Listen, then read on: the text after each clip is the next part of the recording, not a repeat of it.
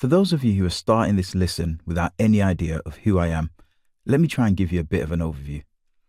My day job is as a TV presenter, adventurer, explorer, and something of a naturalist.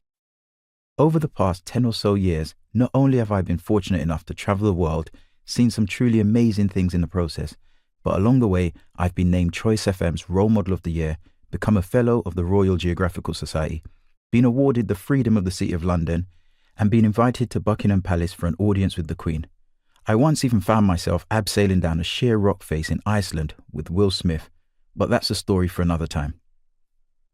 Alongside my career based around exploration are my attempts to be an example or even an inspiration for young people from urban or disadvantaged backgrounds. Kids like me, from backgrounds like mine. Young people who may not think that the kind of things I do and the kind of places I go are for people like them. Because of this passion, I'm privileged enough to be an active ambassador for the National Trust, the Woodland Trust, the Ordnance Survey, and the Scout Association. The latter seen me work alongside famous and inspiring figures such as Bear Grylls, Tim Peake, Ellie Simmons, and Megan Hine, to name but a few. Why am I writing it? But why am I recording this book? Well, firstly, I'd like to think I've amassed some pretty cool stories from my travels. On top of that, I do whatever I can to share my own story and encourage people to get into nature or whatever else it may be that will broaden their horizons. Because I've seen how disadvantage, boredom, low expectations, and the senseless behavior that stems from these things can negatively impact lives. One such experience changed my life. Another ended the life of a friend of mine. But you will hear all about that in due course. What is it about? So that's who I am and why I'm recording this. But what is this audiobook about?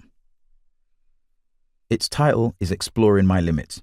Therefore, you probably won't be too surprised to hear that it's a book in part about exploring the world, but it's also a book about exploring and questioning those limits that can make our world feel smaller and which can make certain parts of it feel like they are not accessible for everyone. How I'm going to go about it. Here's my plan with this audiobook.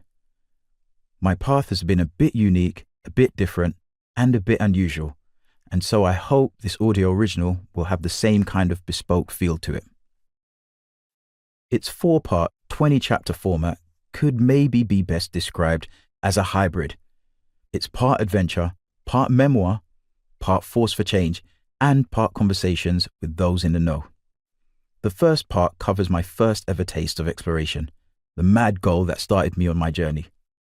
The second part will take you back to my early years in Jamaica and the move to the UK that eventually left me desperate for more than what society would expect of someone like me. The third will show how I used the lessons and experiences of parts 1 and 2 to then reframe my own boundaries and expectations, so that for me, the sky was now the only limit.